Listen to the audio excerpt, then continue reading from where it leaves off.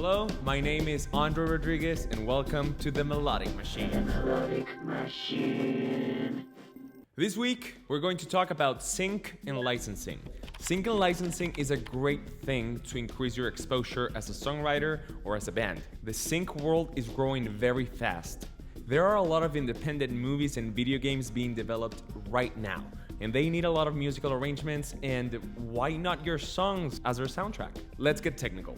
Sync, or synchronization, refers to any time you mix and match audio or music with moving images. What that means is basically getting your music into movies, TV shows, commercials, video games, etc. For this, a license is needed, thus the licensing part of the name. Production companies in charge of movies, TV shows, games, etc. have to pay you a license fee in order for them to use your intellectual composition and the recorded sound. The cost of these licenses vary. They can offer you anything from $0 to $70,000 or maybe even more, depending on how they're going to use it and for how long. They can use it for 45 seconds at the beginning of the movie.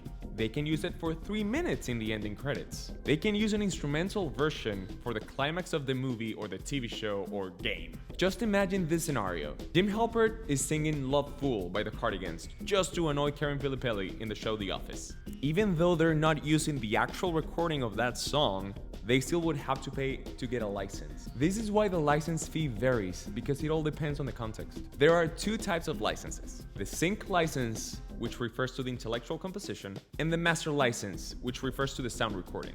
Going back to The Office example, that company only had to pay for the sync license because they didn't use a recording of the song. On the other hand, the movie Rocky had to pay the band Survivor for both licenses in order to use Eye of the Tiger. I'm sure that if you're an independent artist watching this video, you're asking yourself, how the F am I going to get my songs placed on a feature film or a commercial or a video game if I don't have the resources that a record label has? Well, like we've learned in previous episodes, every single time there's a major company doing something, there will also be a smaller company doing the same thing or something very similar just to help indie artists. Companies like Butter Music and Sound, Haystack Music, and Steel Sync are just a few that specialize in indie music placement.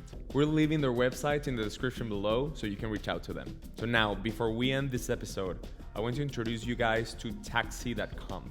Just for full disclosure, we're not getting any money from this company to talk about them.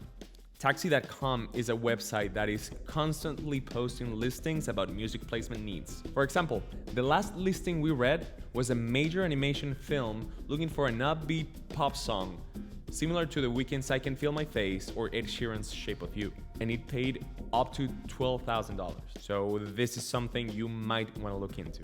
Next week, we will be talking about record labels, so if you like the video and are interested in learning more about these subjects, please share, like, subscribe, and we'll see you next week for another episode of The Melodic Machine.